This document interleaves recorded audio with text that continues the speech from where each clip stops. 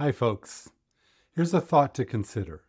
Leadership is an improvisation, but not an ad lib. In an interview with Jonathan Fields on the Good Life Project podcast, renowned author and speaker Michael Port draws a wonderfully clear distinction between improvising and ad-libbing. To ad-lib is to completely make it up as we go, while improvising is having really clear intention about where we're going. Improvisers are free to be creative, responsive, and ready to change directions at any moment, yet they always know where they are and where they're ultimately going. This is an incredibly important distinction for anyone who seeks to be an effective leader, whether you need to engage one person or you're a high-level executive seeking to engage hundreds of employees to sustain a successful company. No matter how skilled or charismatic you are, making it up as you go along will not do. At least not for long. Why? Because you confuse and frustrate everyone you've asked to join you on whatever journey you're all on. Think of the lead musician in a jazz trio. The ad-lib player can only play by themselves, for there's no way for the other players to predict what's coming next. The initial thrill of keeping up with this solo experiment soon wears off, and the music descends into chaos. On the other hand, the master improviser sounds like they're ad-libbing, but in reality, there is a solid harmonic structure that sits under everything they do.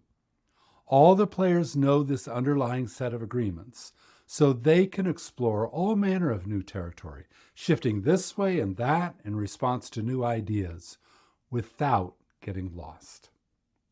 Similarly, the effective leader understands that getting to the desired end is not a straight line, but rather is full of moment-to-moment adjustments in response to new information and changing conditions.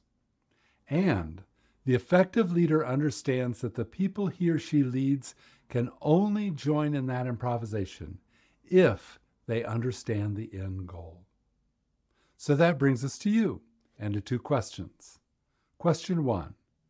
If you are clear on the direction and destination, are you communicating that to your team on a daily basis and in a way that they actually hear?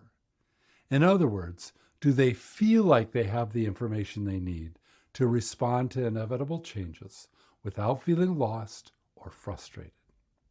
The vast majority of team members come to work wanting to be part of the team and wanting to succeed. Clarity is all they need to join in the improvisation. Question 2. If you are not clear on any part of the direction and destination, are you persistently asking clear and specific questions to change that? If you throw up your hands in frustration that those above you don't get it or are not sharing the information you need most, your team members will do the same. It's contagious. Lead up by being a brilliant advocate for clarity so you and your team can be brilliant improvisers. There's power in numbers.